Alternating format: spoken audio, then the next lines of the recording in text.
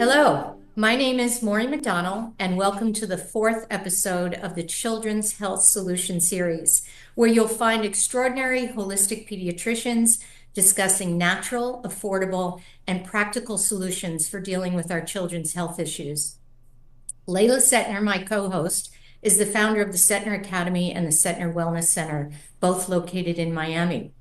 Layla and I are so delighted and frankly honored to have our featured pediatrician, Dr. Larry Palevsky, join us for this episode. As a holistic pediatric nurse for over 40 years, I can honestly say I do not know of another physician who is better able and better qualified to help us navigate the topic of today's discussion, what parents can do to reverse some of the damaging effects caused by the current childhood vaccine schedule. In the interest of time, we're putting Dr. Larry Palevsky's full bio at the end of this episode, and Layla's and mine will be there also. But let me just say this. In addition to being a New York State licensed pediatrician with incredible credentials and experience, including working in emergency medicine and pediatric intensive care, Dr. Larry is one of the most outstanding pediatricians of our time. To be well-versed in Western medicine, especially emergency care, and also possess a vast knowledge of natural holistic approaches to improve the health of our children is indeed a rare find. But we have him here today. So let's get right into the important topic that there's so much buzz about and concern about at the moment. So welcome, Dr. Palevsky and Layla. Hey, everybody. Great to be here. Thanks for doing this. Yeah. Thanks for being here.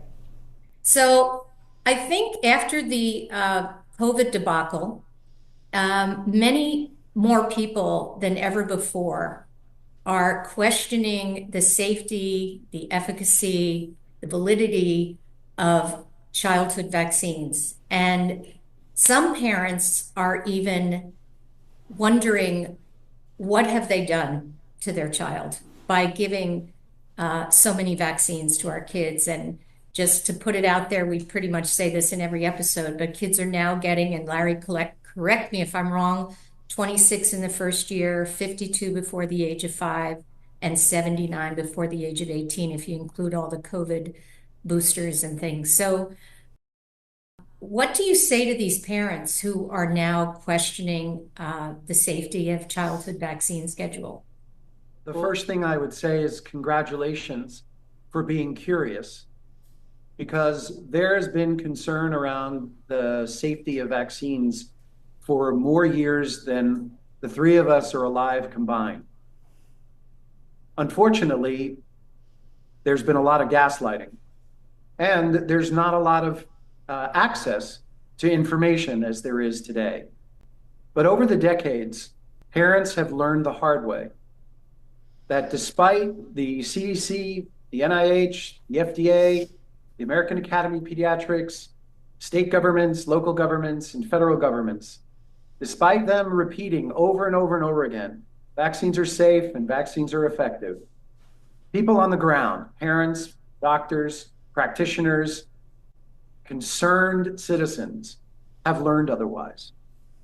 And it is the experience of those who are on the ground who are making the changes, because we're not going to be able to rely on the pediatrician in the office, the family doc in the office, the news person on the television, or somebody standing at a pulpit from the state or national government to tell us the truth. And the truth is that there is no safety studies done on vaccines. There are no safety studies done on vaccines. These ingredients are known toxins, known neurotoxins, known disruptors of mitochondrial function, known disruptors of immune dysfunction. And it is well known in the literature, even the manufacturers themselves know the dangers of these shots. But the mantra keeps coming out: vaccines are safe, vaccines are safe. And congratulations to every parent who knows before giving the shot that the truth is very different than what the media and what the national medical organizations are telling us. Larry, we had the pleasure to get to know one another when all of COVID went down. And, you came to our school, Center Academy, a few times to speak. And it always stands in my mind because I asked you, I go, Larry, how is it that 20 years ago you figured this out on your own? And I think there's something that you have that unfortunately has become rare in the medical community. And you said to me very specifically, I've always been a critical thinker. And I've never just taken what people tell me as it is what it is. I always dive deep. Mm-hmm. And, if you could share with us that moment, that story that happened to you 20 years ago when you had a patient come into your office, will you share? Because that story, I think, is an amazing story. And I wish more doctors would be curious the way you are. I wish more doctors had your critical thinking mind, because if they did, more doctors would no longer vaccinate kids. Well, Layla, it was actually in 1998, so 27 years ago. And I had started medical school in 1983. And it wasn't until 15 years later, in 1998, a mother came up to me and said, Dr. Larry, did you know that there's mercury in vaccines? Now, the medical education we get regarding vaccines is very small, and certainly they're not talking to us about ingredients. They're only talking to us about give it, here's the schedule, and here's what they've done to save lives, and here's what they will do to save more lives. And so when she told me, you know, Dr. Larry, that there's mercury in vaccines, I was struck. I was mortified, actually. And instead of just saying, don't worry about it, it's no big deal, as most doctors until today continue to say, I actually stepped back and said, really? What is that doing in the shots? Mercury is toxic and never belongs injected into the body. And so once I realized that there were no safety guidelines, that it hadn't been since the 1920s, that thimerosal was even somewhat tested, which it really wasn't tested for safety, but at least looked at for safety, that I not only questioned what is the mercury doing in there, but then what other ingredients are in there as well. And I invoked the precautionary principle, which is first do no harm, which is an oath I took when I became a medical doctor in 1987. And so I realized that there was no way I could continue to inject mercury into a child without knowing what it did, how it interacted, where it traveled, how long did it stay in the body, and what were the short or long-term effects of injecting sequential amounts of mercury into children's bodies.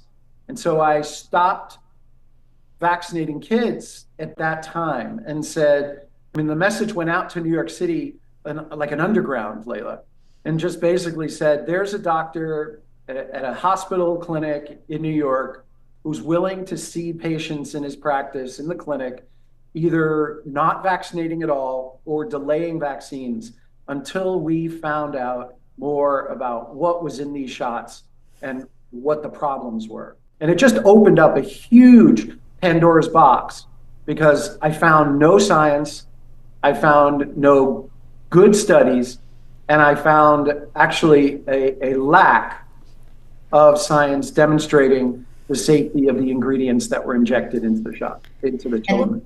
And also the other ingredients in vaccines are alarming. With Layla's support, we were able to produce a short video, 32-minute video on the toxic truth about vaccines. And a section of that has to do with the fact that they contain aluminum, formaldehyde, proteins from fetal tissue. Thimerosal was taken out of most of them, but not all of them. MSG, potassium chloride, polysorbate 80, which now we know crosses the blood-brain barrier, and many other toxic ingredients. Alone, we would consider toxins, but the fact that they're combined in these shots is just unbelievable. And I think that's that's so important for parents who read every single label in Whole Foods to realize that these are the type of ingredients that are being injected into their children. So that's one of the areas that people are really concerned about now. Thank God. Like you said, congratulations. Yeah, and you're going to hear a lot of doctors say, "Ah, come on, there's such a small amount of those ingredients in the shots compared to the toxins that children are exposed to in their whole lives." And the answer is that may be true, but there's no study that those doctors have to demonstrate that the injection of the ingredients is safer than actually the exposure through breathing it in or eating it or having it rubbed on the skin. And be aware, we tend to think that if it's just a small amount, it's not a big deal. But some chemicals actually are more toxic at the smaller amounts than they are at the larger amounts. And on top of that, some ingredients are more toxic in combination with other ingredients in the shots. So don't be fooled by the comment that medical doctors and some fake scientists will tell you, don't worry, there's just so little in there. That's not the point. The point is that these ingredients become potent and even more virulent and toxic when they're combined than if they're just injected in one ingredient at a time. And not to mention, Larry, which ingredient actually goes through the blood-brain barrier, which makes it even more toxic because now your brain is exposed, which is why a lot of kids are getting encephalitis, the autism, all of that. Which ingredient is that? Layla, there are 1 in 5 children in our country is diagnosed with a neurodevelopmental disability. 1 in 5. So the 1 in 34 with autism is included in the 1 in 5. The 1 in 9 children with ADHD, it's within the 1 in 5. The 1 in 20 children under the age of 5 with seizures is included in the 1 in 5. And why is that? Well, the drug companies actually know that the ingredients that are in the shots are causing brain inflammation. Why do they know that? Because the parts of the company that are making drugs are using nanoparticles and emulsifiers to enhance the delivery of drugs across the blood-brain barrier into the brain.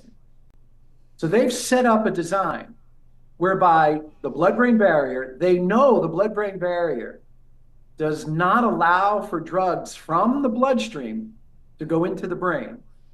And so they devised a technology to attach the drug to a nanoparticle and to an emulsifier. And that would enhance drug delivery from the bloodstream into the brain. Well, those same drug companies also make the vaccines. And the vaccines are designed with the same technology. The bacteria and the viruses are bound to an aluminum nanoparticle, which is bound to an emulsifier called polysorbate 80. And so they already know that the design of the vaccines is going to deliver not only the aluminum and the polysorbate 80 into the brain, but anything attached to the aluminum and the polysorbate 80. They know because they already designed the technology for getting drugs into the brain across the blood-brain barrier. This is a tragedy that the drug companies and the vaccine manufacturers already set up a design to allow for the delivery of vaccine ingredients into the brains of our children. So anybody who tells you, well, the child is 3 now and has a better blood-brain barrier, not true. No. Those ingredients will penetrate the blood-brain barrier and get into the brain at any age. And Larry, I just heard you speak and give an incredible presentation at the MAPS conference, the Medical Academy of Pediatric Special Needs. And I have a whole host of other questions to ask you, so I don't want to spend too much time on this, but as a pediatric nurse, mother, grandmother, I was fascinated by the information you spoke about, how there's so much, when you look at the developmental milestones of children these days compared to, 20 years ago or 10 years ago even, they're shifting the milestones. They're taking away some of them. Can you just briefly explain your what you said in that presentation? Well, the name of the talk, Maura, was Child Development Before We Lowered the Bar. Right. And what we learned in the 1980s is no longer taught as normal development.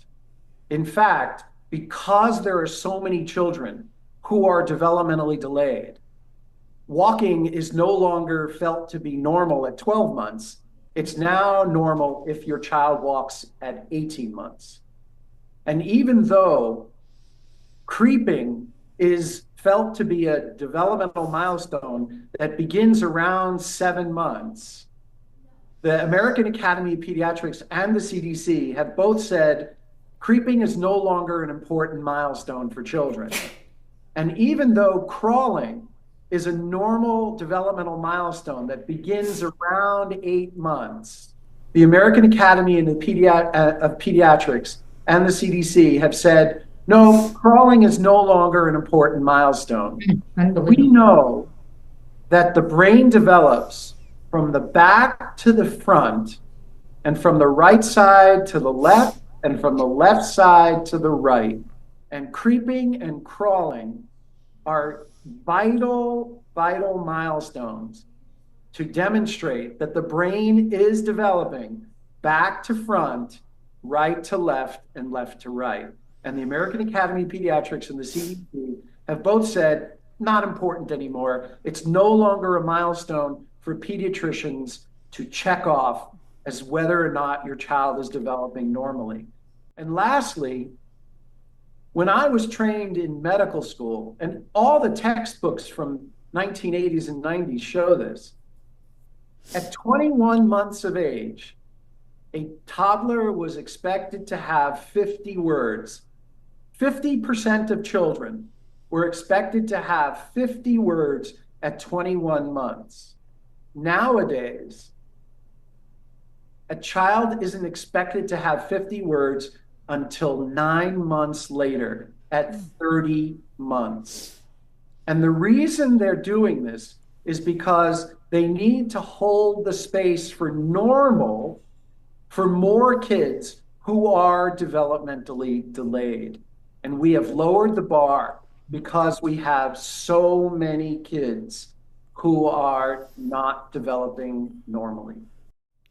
So, Dr. Palevsky, you remember my nephew, who we talked about a lot. At 3 years old, he was diagnosed with autism.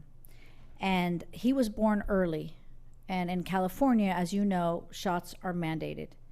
He got the hepatitis B shot as a 2-month early baby and everything else you can imagine. And when he got diagnosed, I told my niece, come here right now. I'm going to figure this out. And this is before I knew any of this stuff, right? This was 7 years ago now. And do you want to know, one of the first places I found was a place that actually taught him how to creep and crawl in order to reprogram his brain. He was 3 years old. He was slurring with words. He wasn't speaking. And I know you know this, at Centner Academy, we've got a baby brain enrichment program, which we have babies coming in at 12 months who don't know how to crawl. Right. So we learned from this program, and we are teaching kids how to crawl. We are teaching kids how to crawl, then walk. There are many parents that come in that they're proud their kid completely jumped over creeping and crawling. And we're like, that's nothing to be proud of, because that's going to create a problem later. And what we've seen is those kids have a problem reading. Correct. Those kids have a problem comprehending. Those kids have a problem critically thinking. And so to all the parents out there that think it's exciting that your kid went from, you holding them or worse, we have all these crazy gadgets that parents are putting their kids in, right? The little sit down thing, forcing them to sit down at 3 months old, the little walker thing, all of these things are ruining their brains. A family in my office tells me that they put their kid in some kind of stationary walker or an actual walker. I reach behind me, I pick up the garbage pail, I put the garbage pail right in front of me, and I say, that's where the walker belongs, in the garbage. 100%. And, one question I have for you. I had a parent at my school who was a very top-notch neurologist. And, I would argue with her about vaccines. She's not at our school anymore because she thinks I'm a wackadoodle.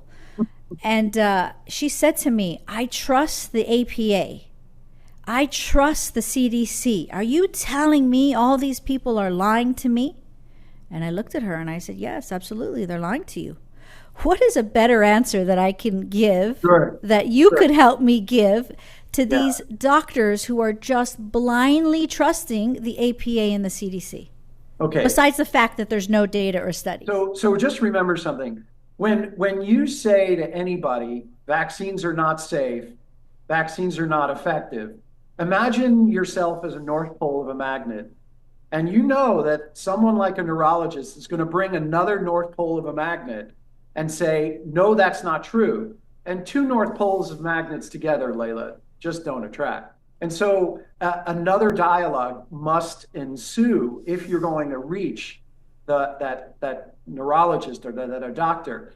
And the next statement that I would say to a neurologist would be, well, is it possible that they are lying to you? Could you handle the possibility that they are lying to you? Is it possible that you didn't learn everything that you're supposed to learn? Because remember, doctors walk away with, if the American Academy of Pediatrics didn't teach me it, it can't be true. And if the pediatric residency program didn't teach it to me, it can't be true. And so we have lots of blinders in the medical education. And the way to approach anyone is to open the opportunity for curiosity and dialogue and say, well, what kind of reading would you like to do? Or are you willing to talk to other doctors who have other information? Because as soon as you say, I'm right, there's two North Poles and it just... And you're great at that, Larry, because I'm 100% Irish with short temper and impatient. And I just love listening to you in discussions, debates, with rebuttals, staying very calm, being very creative in the way you approach people who are doubting all this, because we're in a paradigm shattering time, and the pieces are exploding all over the place. And I wanted to get to some of the solutions that, there's a lot of mommy groups out there and parents that are saying, well, now that I know what I know, some of what we're discussing, what would happen if I stop vaccinating midstream? Like, say you have a 3-year-old and they've gotten 20 or 30 vaccines so far, but they're ready to stop. What do you say to those parents? Well, first, I would ask the parent, why do you want to stop? Because the answer would be in the answer. My answer would be in their answer.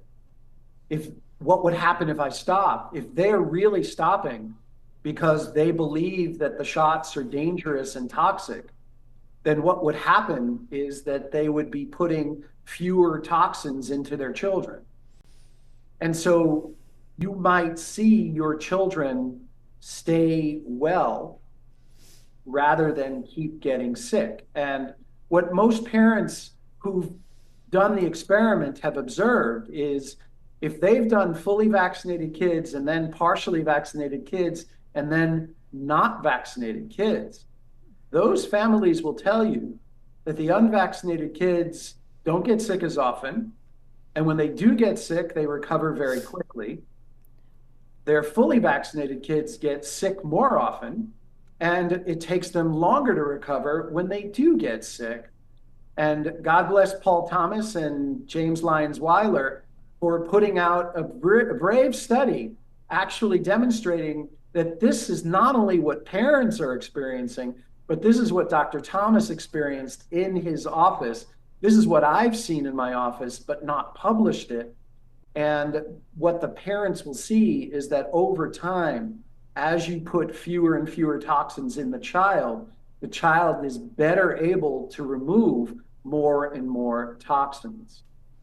So the topic then of today's discussion is a parent stops, but they know they've caused some damage. They're ready to stop putting all those toxins in their child.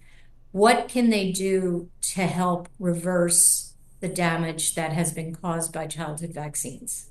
Well, I've heard some scientists and some physicians say that every child who's gotten a vaccine has been damaged, even if you don't see it.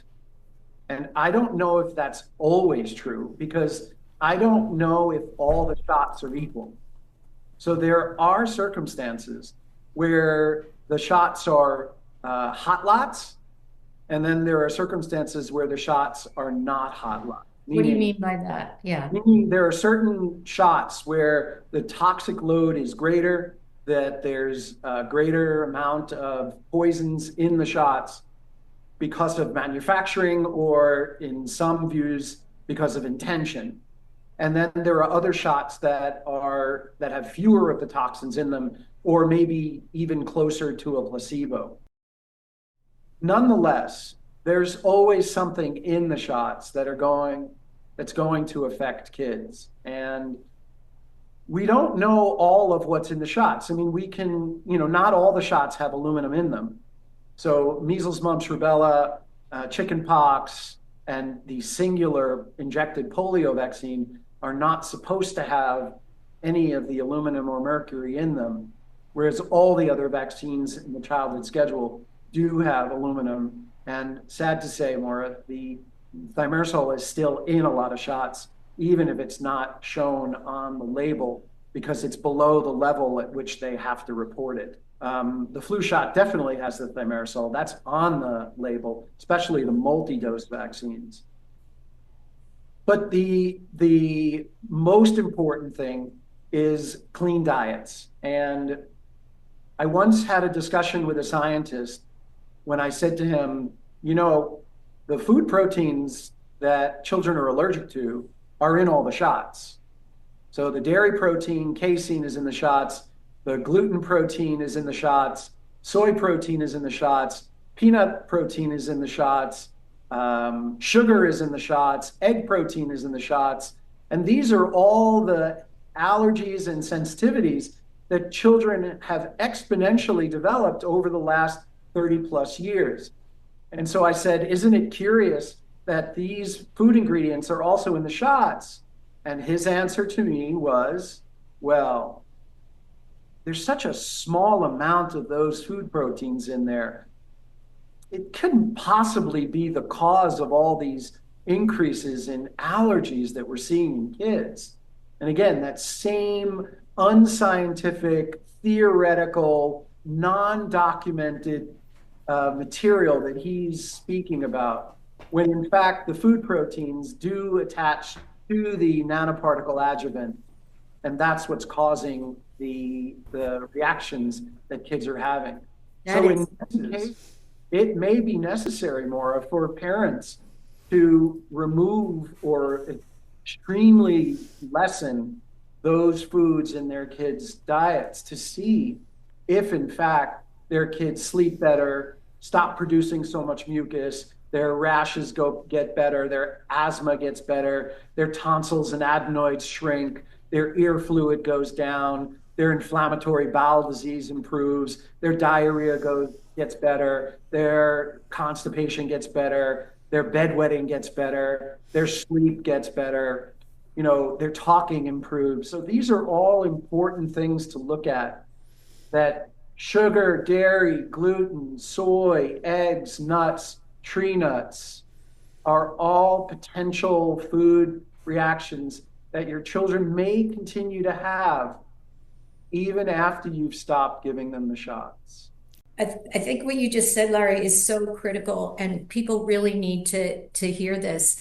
And I know Robert Kennedy Jr., the current Secretary of Health and Human Services, has often questioned his own children's allergies. You know, why when he was growing up, or when I was growing up, I'm more his age, we didn't have kids in our classroom with allergies, and now everybody's got to carry an EpiPen. And I don't think many people realize what the critical point you just made, that, you know, you wouldn't give a child peanuts in the first year, but you're injecting part of that. It's coming into the body through the vaccine or egg. These are the things we wait months and months before we introduce a child in their to have it in their diet. And so I think those early exposures to those allergic type foods is really, I don't think it's a stretch to say that that's very responsible, very much responsible for the exponential increase in allergies and asthma and all these inflammatory conditions. I mean, I just saw a 3.5-year-old boy who was diagnosed with autism, and his diet was pretty clean. I mean, he was off a lot of dairy and most gluten, but he was still not doing well. And he was eating a ton of fruit, which is still sugar, even though it's healthy sugar. And the brain doesn't do well when it's inflamed when you give it sugar, even if it's healthy fruit sugar. And I wiped out all his fruit from his diet, and his speech exploded, and his receptive language exploded. And the parents told me that the therapist said this child has done a 180. And so sugar is in the shots, so your body is sensitized to it.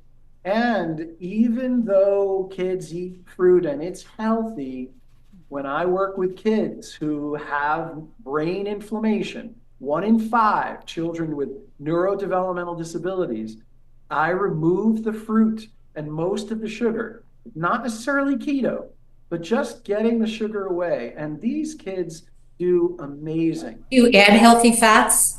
Oh, sure. I mean, that's part of the regimen, but you know, parents don't understand, and we need to teach them that when there's brain inflammation, which is what 1 in 5 children with neurodevelopmental disabilities live with, including autism, ADHD, and seizures, sugar will worsen their brain function.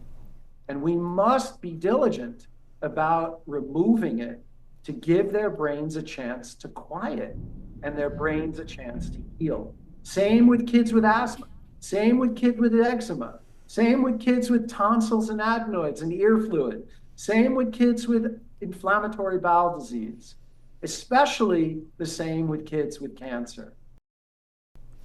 You know, we saw the exact same thing with my nephew. When he first arrived, he ate a lot of fruits.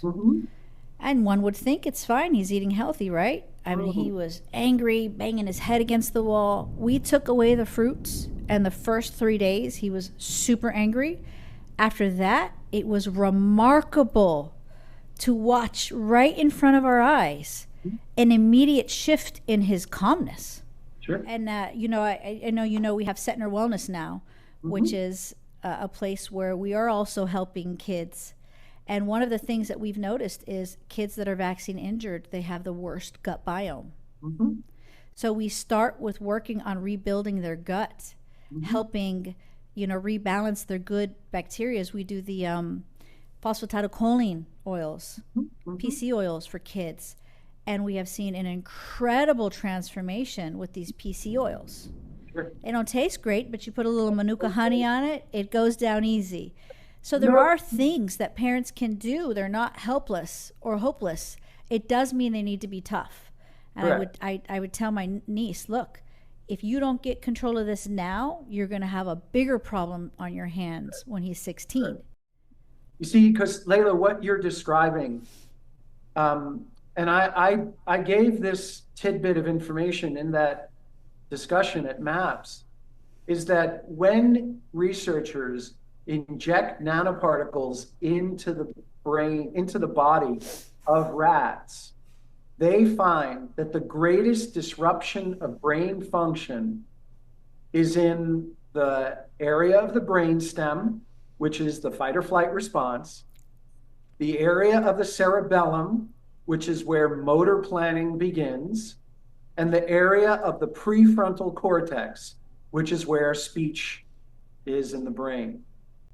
And so what I showed the audience was that they know in animal models that injecting nanoparticles interferes with and inflames the very parts of the brain that are inflamed in the children who are 1 in 5 children with neurodevelopmental disabilities.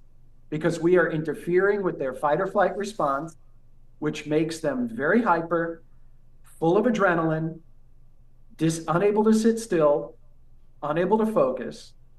It also disrupts the cerebellum, which is responsible for motor planning, tone, strength, coordination, balance, and voluntary movements. And it interferes with speech. And what are we seeing in 1 in 5 children with neurodevelopmental disabilities? All of what I just listed. And so the pharmaceutical companies know that nanoparticles, when injected into the body, will interfere with those 3 very important pieces of brain development, which then go on to leave kids with brain injury and brain inflammation, which is why it's so important to start with the diet. And to answer a little bit more of your question, Maura, grounding.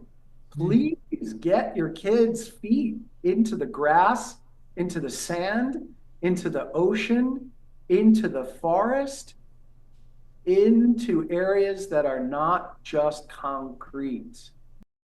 And I have to say, and I know that I get in trouble when I say this, if people are worried about vaccines and the safety of vaccines, you haven't seen anything yet when it comes to electromagnetic fields and radiation, because that subject is the new vaccine. And so if you really want to help your kids who have been given the shots, don't put a Wi-Fi router in your house. Do Ethernet only. Don't let your kids play with the cell phones and the iPads and the devices. Certainly be a model for them and get rid of your addiction to the devices yourselves. Children don't learn by what you tell them. They learn by who you are and what you do and what you don't do. And so if you really want to heal your child, get your child out into nature, remove the radiation, take the smart meters off your homes, don't put cell phones near the beds, turn off the Wi-Fi router at night if you have one. But really, this electromagnetic field exposure is more dangerous than we understand. Agree. Totally agree. I think a big question on many parents' minds at this point, this juncture where they're really opening up the can of worms and questioning this paradigm that vaccines save lives and prevent all these illnesses. So they're at this point where they're saying, okay, I may stop, or I am stopping, or I'm not going to start. But because this paradigm has been so propagandized through the American Academy of Pediatrics, through the American Medical Association, through society, and all these companies that create all these toxic foods and toxic items in our world, how are they going to? They lack the knowledge of that we had in the old days of what to do when a child gets sick. And when I was, I've known this for a long time, but on your website, you have an incredible section, what to do when your kid gets sick.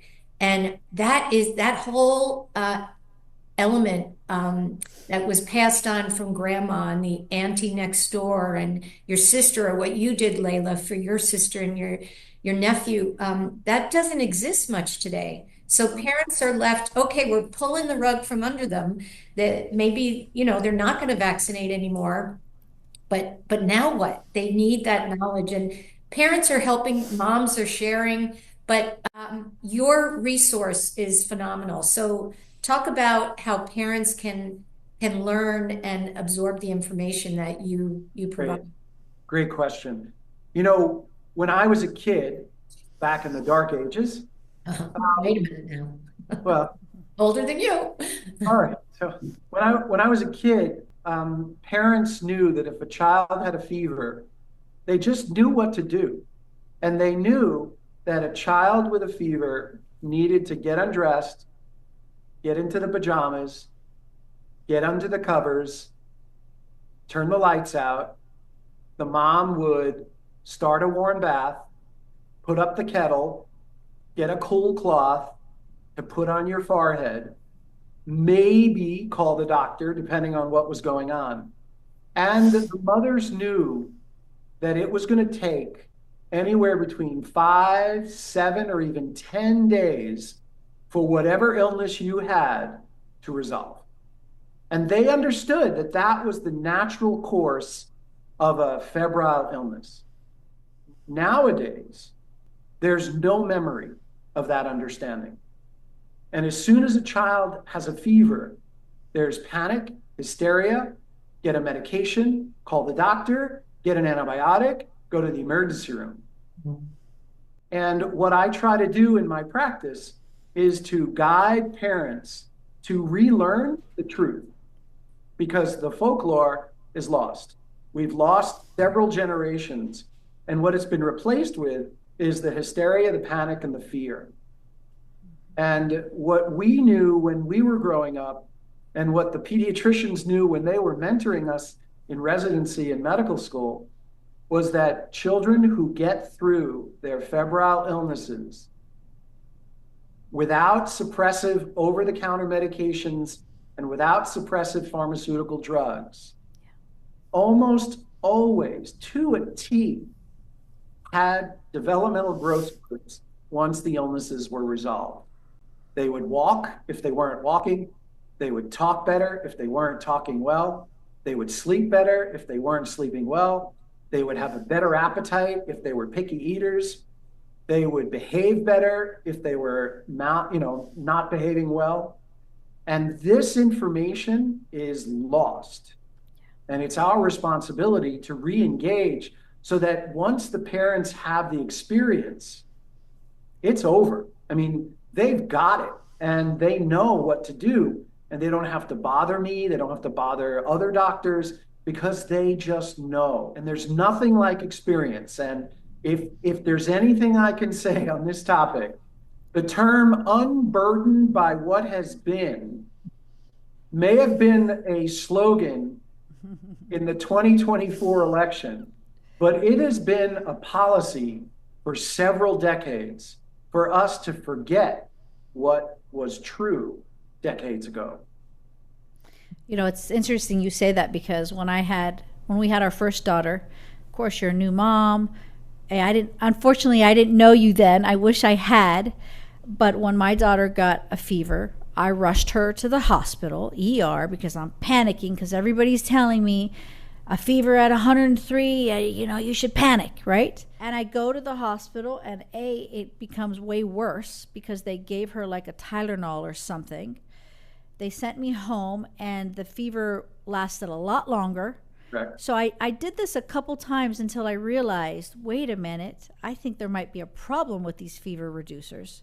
Mm-hmm. So at that point, I stopped cold turkey, and then I noticed after that, every time she got sick, she actually got sick less, mm-hmm. and her fevers lasted a lot less than me intervening like I did before, because I just didn't know. I was panicked. Right. So this is amazing information. I remember when I first bought our school, I was having a conversation with the parents about Tylenol, and I had a few doctors in the room.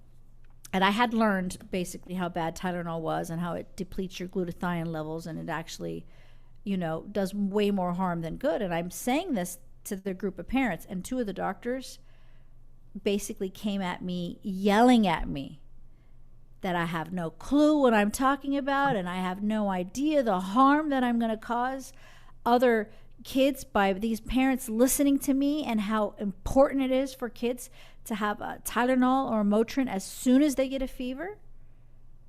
I mean, it's mind-blowing to me that they're really brainwashed to believe that in their heart and soul. Well, again, there's no reason for them to consider otherwise, because the powers on high taught them that these medications were safe, effective, and necessary. And so what you basically said was, wait a second, you're teaching me something I was not told about. So therefore, what you're saying can't be true, because I wouldn't have been told otherwise by my mentors or my teachers. So what I know is true, and therefore it's true. And that's where we're experiencing a lot of this tension, because there's not the curiosity for a doctor to look at you and say, I never heard that. Can you explain where you got that information or why that is true? Because I've never heard that. That curiosity is gone. We learn so much from other moms, and certainly physicians like yourself, and places like, Layla's school and the Setner Wellness Center. And with the support and guidance of Layla, we were able to create the Truth Trilogy, which is the toxic truth about food and what you can do about it, about toxins and how you can change things in your world to be less toxic. And then this one I was talking about in the beginning, the toxic truth about vaccines, 32 minutes, jam-packed with the ingredients, the history, and solutions. There are so many other organizations that are all involved in helping transform the world and giving power back to the parents. Lynn Redwood came up with the term, we say AAP is the American Academy of Pediatrics. She says, let's form the American Academy of Parents.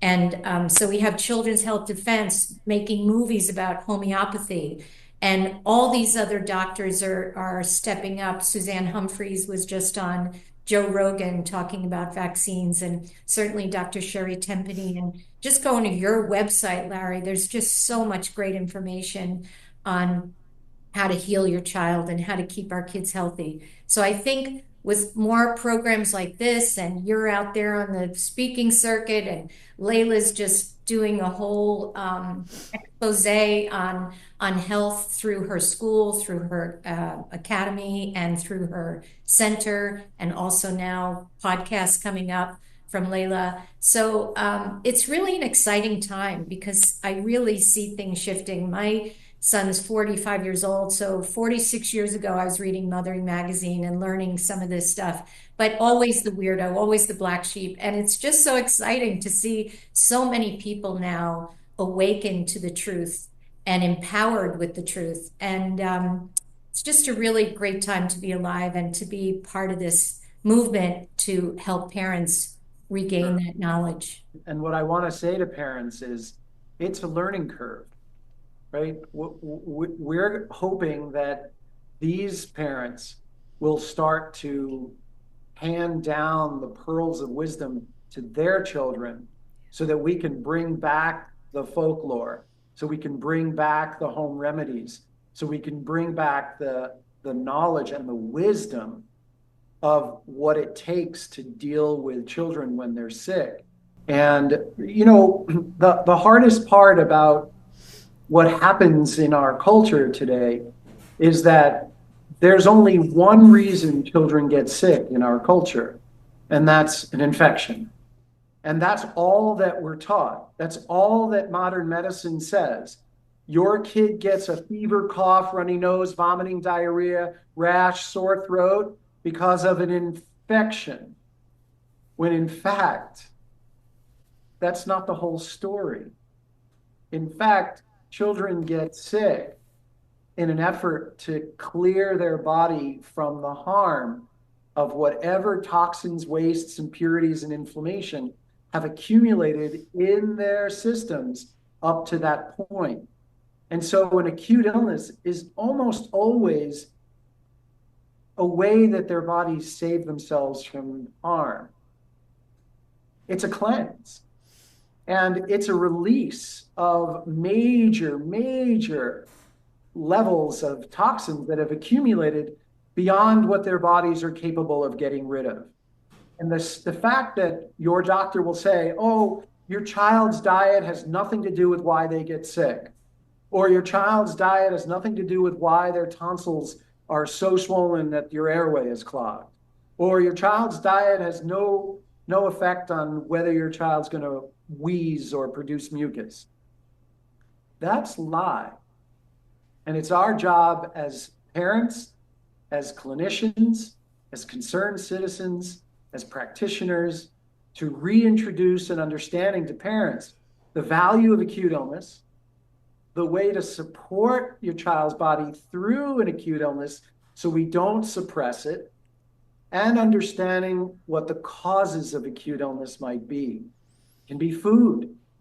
It can be food products. It could be chemicals in the food. It could be pesticides in the food. It could be air pollutants. It could be geoengineering. It could be mold. It could be skincare products. It could be injections. It can be electromagnetic fields. It can be stress. It can be pets. There are so many different reasons that children would get sick. And it's not always, in fact, it may be very infrequently an infection. Well, I think it's great that all these common sense, really, remedies are coming back into vogue, and people are discussing these things openly instead of, as you said, Layla, running to the doctor, running to the emergency room. Now we're beginning to trust our gut and on our intuition. We have a whole host of problems these days, and it can get overwhelming. The vaccines and EMFs and toxins and geoengineering and stress and parasites. But we also have incredible people like the two of you, brilliant, wise mentors, great books, wonderful podcasts, people like Dr. Sherry Tembany and the 5 Docs, and Dr. Larry Zahn with Dr. Sherry once a month. And Layla's going to have all these wonderful podcasts coming out. And we have the Children's Health Solution series. And we take one issue at a time and delve in and give parents practical and affordable and natural solutions. So there's a lot to look forward to. There's a lot to feel positive about. And I think if parents are on this journey where they're just beginning to question the status quo, like you said, Larry, good for you. Congratulations. We're all here for you. There's also, I would strongly recommend sending your physician, your doctor, whether it's a relative or friend or just your physician, try to encourage them to go to the Medical Academy of Pediatric Special Needs, where Dr. Larry is one of the presenters, the MAPS conferences twice a year, and they can learn all these approaches to helping children, because Dr. Larry is unique. There are a few others, but we have to train more people out there to have the kind of practice that you have. So thank you both for being with us today. I think this is going to be incredibly helpful for so many parents, hopefully other pediatricians, therapists, teachers, anybody who cares and loves our children will benefit from hearing us today. So thank you both very much. Thank you. Thank you both. Thank you, Dr. Larry. Thank you, Maureen. It's always fun. We covered a lot of information in this episode, giving you background on vaccines, ingredients, societal views, how the current paradigm is shattering. So let's review some of the important steps that Dr. Larry Palevsky suggested for parents to take to reverse some of the damage caused by vaccines. Please do share this video with others who may not be as well informed as you are. So number 1 on his list was a healthy diet. Of course, that's organic, whole foods, but it also means tailoring the diet to your individual child's needs. It could be gluten and casein free, it could be yeast free, it could be eliminating certain allergies, allergic foods. And that brings me to his second point, addressing food allergies. Remember, there's food proteins in the shots, and that's setting the kids up for many, many more allergies than we used to find in our children. Number 3, super important and not easy to do, reduce the sugar intake. Every parade, every holiday, every special occasion, we're just loading our kids up with sugar. And sugar, stress, and toxins are the 3 main reasons people develop inflammation. And we know kids with ADHD and autism and asthma and allergies and so many other conditions, the underlying problem is inflammation. So reducing sugar intake is critical. And then number 4 is adding healthy fats. Dr. Larry spoke about this for a minute, but the brain is 70% fat and it functions so much better when it receives ketones, which is what fat breaks down to. And so if you're looking for more information on how to do a healthy diet, right on the MAM website for free is a wonderful video called The Toxic Truth About Food and What You Can Do About It. Lots of solutions, lots of ideas, great information. So go to that resource for more information on healthy diet, healthy fats. Number 5, Dr. Larry talked about getting the kids out in nature, and especially grounding, which means take off your shoes and walk in the grass and play in the sunshine. So important in helping the children heal. Number 6, again, not an easy one in today's world, but reducing their EMF or electromagnetic field exposure, the radiation that comes off our cell phones and our different devices. There's many ways we can learn to minimize the effects of or the output of these EMFs. Number 7, learn natural ways to heal our children. You know, a lot of what our grandmothers and great-grandmothers used to do to help children heal, from chicken soup to putting garlic in the socks to using garlic oil in the ear for earaches and ear infections, to how to deal with a fever. You know, you don't always want to reduce a fever. It's the body's way of heating up to destroy the bacteria or virus that's causing the problem. So we need to relearn some of these natural ways to heal our children. And a lot of that can be found on drpalevsky.com. And lastly, find a clinician. You know, many of these things, we did this series so you can access affordable, natural, and practical solutions. And so many of these things moms can do on their own, especially when they're connected with other moms who are have helped their children heal. But if you need a clinician who's knowledgeable and well-trained in natural approaches and maintains that, has developed the wisdom to help children heal naturally, if you can't get in to see Dr. Larry Palevsky or travel to Miami to the Setner Wellness Center, a good resource is MedMaps, MEDMAPS. MAPS is the Medical Academy of Pediatric Special Needs, and they train doctors all over the country to be able to help children heal. So once again, thank you for joining this episode. Please share it with others as we've made it our priority. This is free information. It's coming from top-notch, world-renowned holistic physicians, and we're trying to make it focused on practical, affordable, and natural solutions to make our children healthy again. Thank you so much.